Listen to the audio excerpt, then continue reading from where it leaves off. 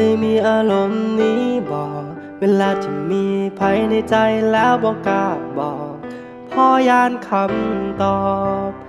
มันจะทำหายใจเก็บไว้ในใจจนนานอยากให้เจ้าหูว่าคอยนั้นมีฮักให้เจ้าคนเดียวจะต้องทำอย่างได้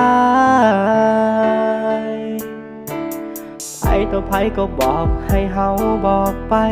บอกฮักเท่านั้นมันจะยากบันไดหากเจ้ามีใจก็คงจะดีแต่ถ้าเจ้าบ่สนใจ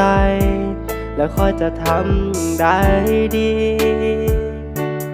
อยากให้หูแต่บอกกล้าบอกอยากจะว่าออกไปแต่มันว่าบ่ออกเพราะยานคำตอบจะบ่ตรงกับสิ่งที่ต้องการฟังเลยต้องเก็บไว้ในใจแบบนี้ความอึดอัดใจมันเพิ่มขึ้นทุกทีบอกหากนั้นมัน